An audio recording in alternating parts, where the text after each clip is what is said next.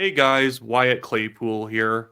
It seems like the Liberals, the NDP, and the legacy media in Canada is out to convince me that we must have banned common sense recently, and I didn't hear about it because they are acting so irrational and unhinged in response to President-elect Donald Trump announcing a 25% tariff on Mexico and Canada. That sounds terrible on the surface. A 25% tariff, that's irrational. Trump only wants to put a 10% tariff on Chinese products. Well, if you actually see what Donald Trump said, it's not just a blanket 25% tariff that he's going to put in place on January 20th when he takes office. It's a 25% tariff if we don't do the most obvious thing on the planet and help secure the border with the US in cooperation with the US. By the way, Donald Trump doesn't think that Joe Biden's been doing a good job in the border. So it's not like he's going to enter office, do nothing to secure the border from the US side, and then just blame Canada and Mexico for not doing it all for them and then placing a 25% tariff on us. That's not what happened. But if you look at whatever the liberals are saying and the NDP are saying, and then the legacy media, you would think that Trump is just going to start swinging. He's just going to start putting in place tariffs all over the place.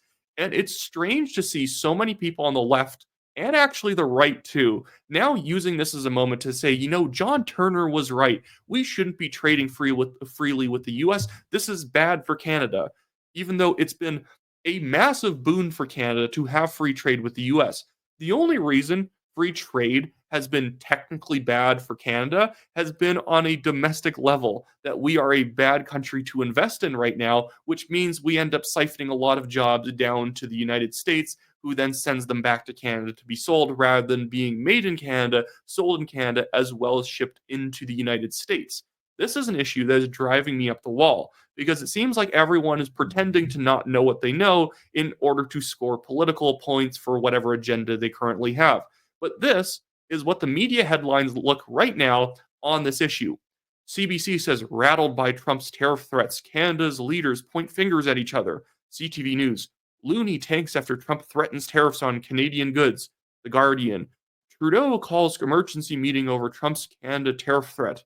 Global News, after Trump vows 25% tariff, here's what Trudeau, Poilievre, and Premier say.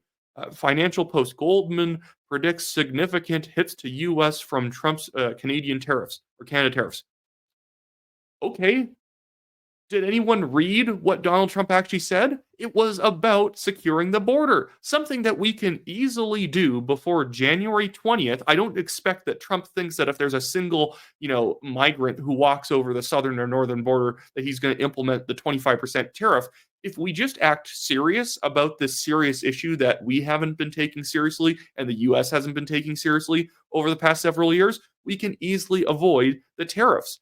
And this is not like, oh, well, Trump's trying to lump us in with Mexico. It's not like we're sending over millions of people over our border into the US. Yes, granted, but we also send in 10 times as many terrorists. Terrorists see Canada as a very easy place to operate from, a very comfortable place to operate from. So people who are on terrorist watch lists to sneak into the United States, they go through Canada, not Mexico, and they only know of the people that they actually catch. Catching people sneaking over the Canadian border is obviously significantly more difficult than the Mexican border, since there is just natural barriers along the Mexican border that allows for border patrol to actually see people coming over and catch them more easily. Canada is just like a wide open border with very few patrols going through to make sure that people aren't trying to cross over. We have a massive drug problem in this country, one that we should be domestically solving, and then also making sure that it doesn't start to infect the US as well. This is mostly a British Columbia issue because David Eby thinks drugs are cool and doesn't actually crack down on the illegal distribution of drugs in that province, which makes it a massive hub for fentanyl sales and shipping it over the border. That we just had two major drug busts nearby the US border in small towns and farms in British Columbia that were manufacturing massive amounts of narcotics. And do you think that they were just nice enough not to try and ship into the US? They probably were. So, do I want a 25% tariff to hit Canada? No. But I've had this happen all day to me where you're accused of not being patriotic enough if you think that we shouldn't just be saying, the US is wrong and evil and terrible for even threatening this. We should resist them and fight back, like Jagmeet Singh saying. It's irrational. No, we should be doing what we should have already been doing and be thankful for the fact that, guess what? If we do this, we don't have a tariff hit us. So, if anything, it's actually kind of good that Trump is forcing our politicians to actually do the right thing. And I will give credit to Danielle Smith here and Doug Ford, even though I do have criticisms for them like quite often. They are actually saying, yes, let's cooperate with the US and figure out how we can secure the border to avoid any sort of trade crisis, because that would be an economic crisis for Canada if we had a 25% tariff. So I just want to go through some of the stuff that people have been saying. Here's Jagmeet Singh saying, Trump's proposed tariff will hurt Canadian workers, but I won't stop fighting to protect jobs in this country. Today and every day, I stand with Canadian labor, which represents over 3 million workers throughout Canada. This is my promise. And then he goes on to say the NDP will always have their backs and let them negotiate and whatever, collective agreement, something, something, something. This has nothing to do with the trade issue. How about we have, you know what? Jagmeet Singh really likes unions. How about you get more people hired into border services, which I believe are unionized, and then we have them patrol the border. We get drones and we make sure that we actually keep tabs on who may or may not be going over the border. Sounds good to me. And I've had people saying, well, you know that they're like the amount of drugs that come over the southern border is way more than the Canadian border. The problem with that is it's seized drugs. The thing is that we don't have good monitoring on the Canadian border, so we only seize a small minority of the drugs, or the U.S. only seizes a small minority of drugs coming over the border from Canada compared to Mexico. But the Mexican border is like lined with agents, even under Biden. Anyways, but Jagmeet's so performative. So many of these politicians are trying to be performatively patriotic over this issue when they've done nothing to make Canada a more prosperous country and make us better on trade with the United States. If Canada lowered taxes right now, we would be doing way better on trade with the United States. I've had people, again, on the right say that free trade's bad because it sent you Canadian jobs down into the US. No, Canada's crappy economy, bad tax codes, and regulations sent jobs into the US.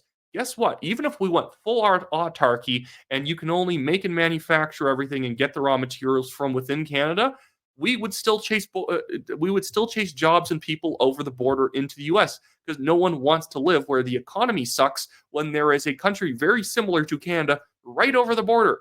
So how about we actually fixed our economic situation domestically rather than saying free trade was a mistake because now Trump wants us to implement border controls. My goodness. And again, Trump wants to partner with us on this. He's not saying do my job for me. He's wanting to increase the US's border protections and have us do the same. It's so obvious we should be doing this. But here's Justin Trudeau reacting to all of this on CTV News. I had a good call with Donald Trump last night again. We obviously talked about laying out the facts, talking about how the intense and effective connections between our two countries flow back and forth. We talked about some of the challenges that we can work on together.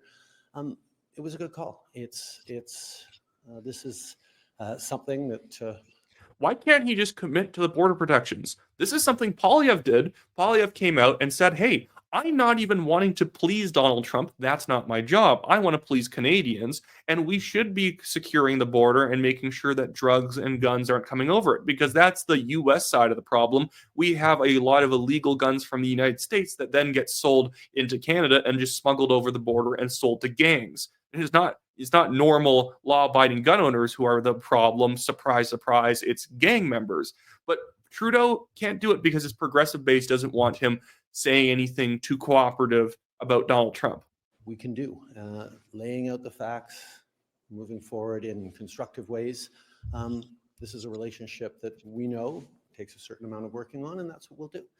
Is the working on going to include border security? That's all we need to say. And it would cost us a drop in the bucket in terms of the budget. We could probably do this for like less than a couple $100 million just to have more border protections, drones, whatnot. We could cancel a lot of really stupid foreign aid to easily pay for this, if not a lot of stupid domestic programs. Like Poilievre did the right thing in calling out Trudeau, wanting to put on energy caps on Canada's energy industry and like raising the carbon tax and raising like all sorts of different taxes at the same time that America actually wants more of our oil and gas than ever before, and he now wants to literally kneecap us in trade negotiations by saying we can't trade oil and gas to you because we've hit our cap. My goodness. One of the really important things is that we be all pulling together on this. The Team Canada approach is what works.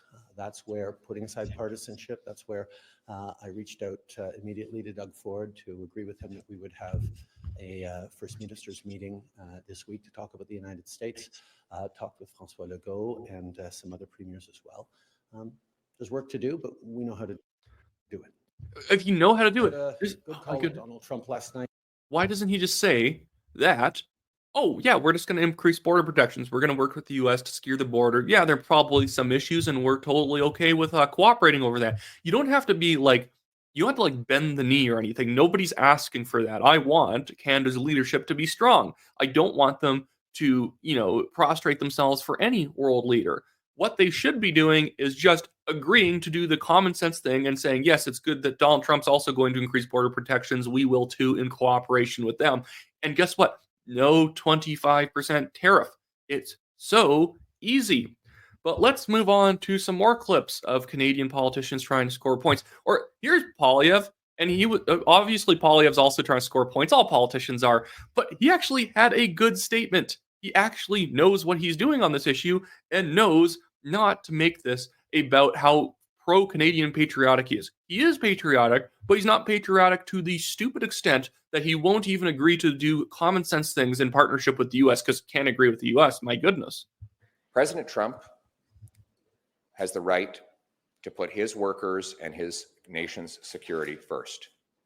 I will put Canada's workers and Canada's security first.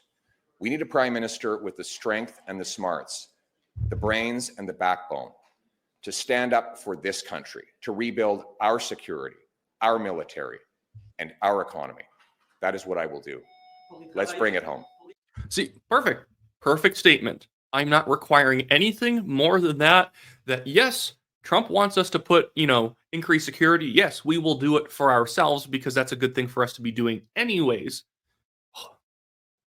And the problem again is Trudeau's been caught out because so much of this has to do with the fact that he's failed in government. Here's a great clip. I always want to plug the people who do the clipping because it is very helpful when you're making videos that people have a lot of stuff pre-clipped on their own Twitter feeds. Government.exe is corrupt is a really good account if you're ever looking for clips from question period and other sort of like press conferences and whatnot. But here's Jagmeet Singh flexing his muscles and puffing out his chest. Donald Trump's threats of tariffs could threaten hundreds of thousands of Canadian mortgage-paying jobs. The only thing a bully responds to is strength. So where is our plan to fight back? Where is the war room? Where is a concrete plan to bring our issue before CUSMA? Why isn't the Prime Minister fighting like hell for Canadian jobs? Mr. Speaker, rather than panicking, we're engaging in constructive ways to protect Canadian jobs like we have before. I don't think the idea of going to war with the United States is what anyone wants. Why am I having to agree with Justin Trudeau here? Justin Trudeau isn't even performing well on this issue at all. Pierre Poilievre's doing a way better job than him. But even here, even Trudeau's very weaselly non-answers about what he's willing to do in order to avoid the 25% tariffs, even he has to like mock Jagmeet Singh there because Jagmeet Singh's like, we need a war room. We need to fight back. It's like, why? We don't.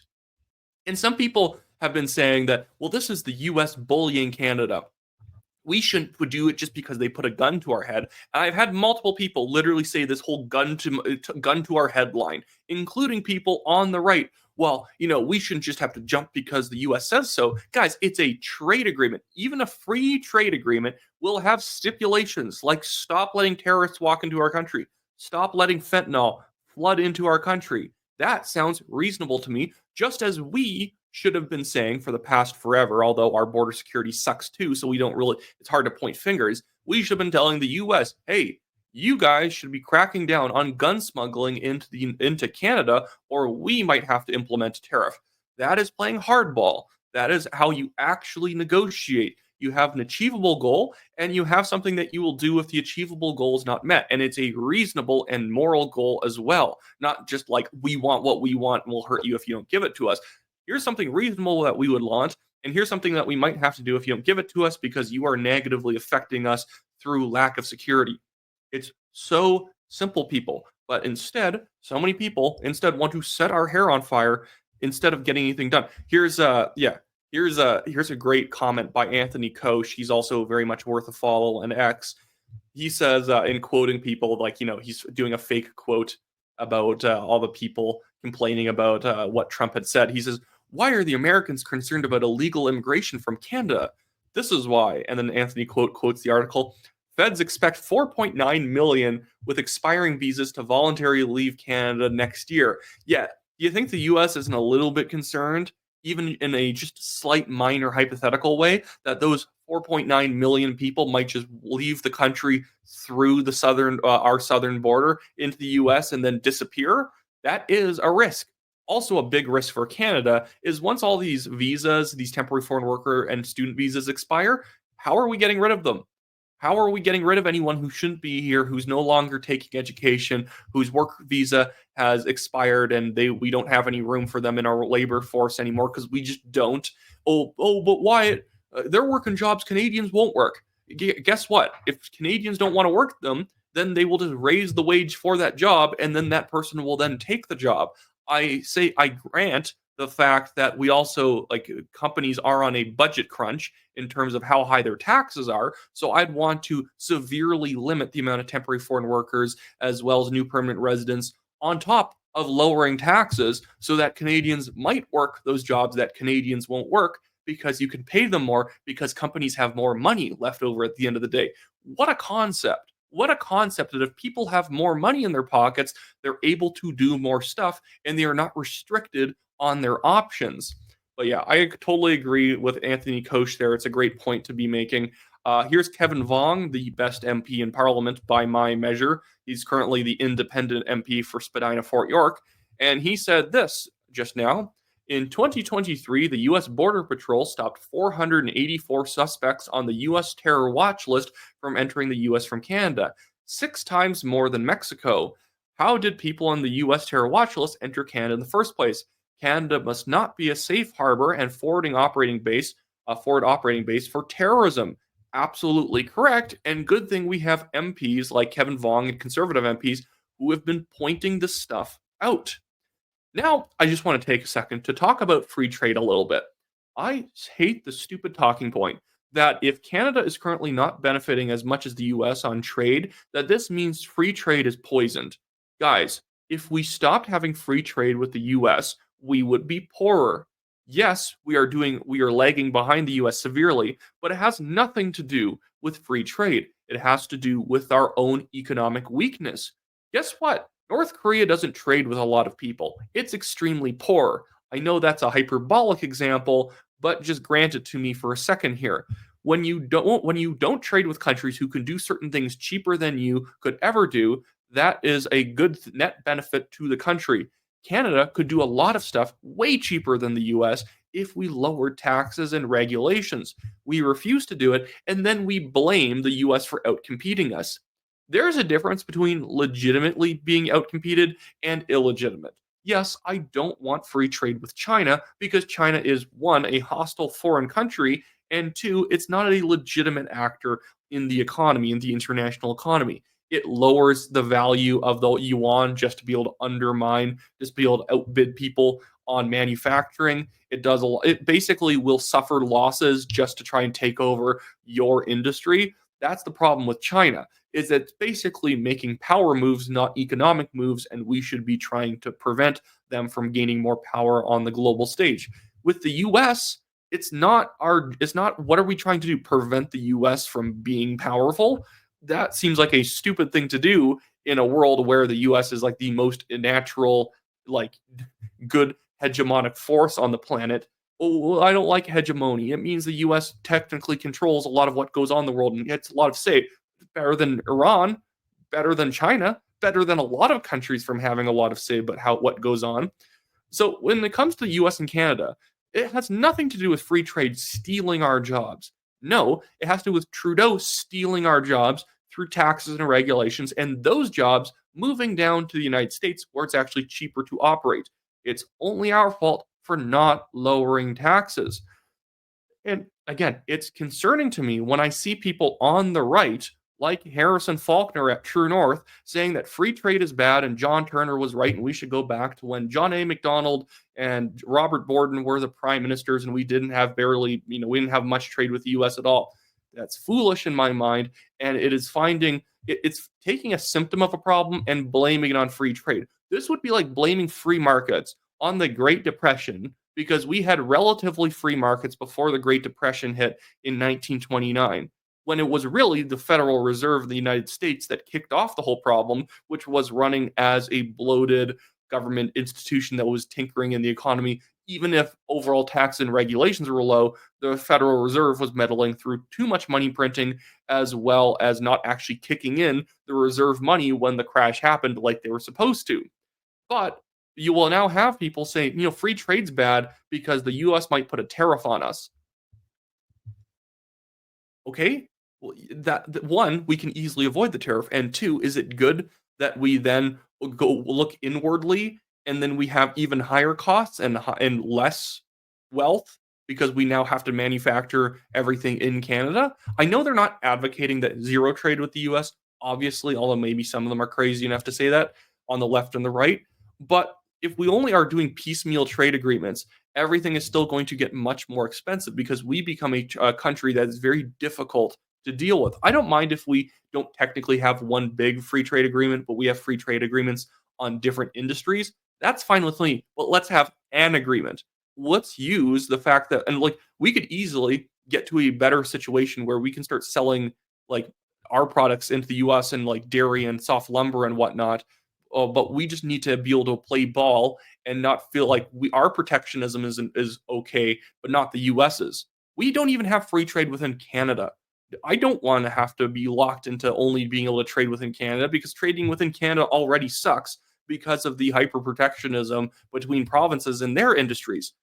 My goodness, can people be rational? I hate this idea that because free trade was what came right before we started losing jobs, that it was free trade's fault, not our bad policies' fault, not our bad tax codes' fault, not our bad corporate tax and personal income taxes' fault, not our regulations' fault. It's the fact free trade existed. Oh, my goodness. Anyways, and actually, there was a really stupid point somebody made yesterday where they told me that, well, free trade forces us to be binded to the United States. God, we're binded to the United States in the same way I am binded to eat vegetables because I want to get more nutrients. Yeah, we could technically be not binded to the US and not get any of the benefits of trading with them, but it's a mutualistic relationship. We trade with them because we get more benefits than we lose by doing so. That's it for me today, guys. That's my rant. Subscribe to the channel, like this video, donate to the Give, Send, Go link in the description below and pinned at the top of the comments. I'll see you guys all later.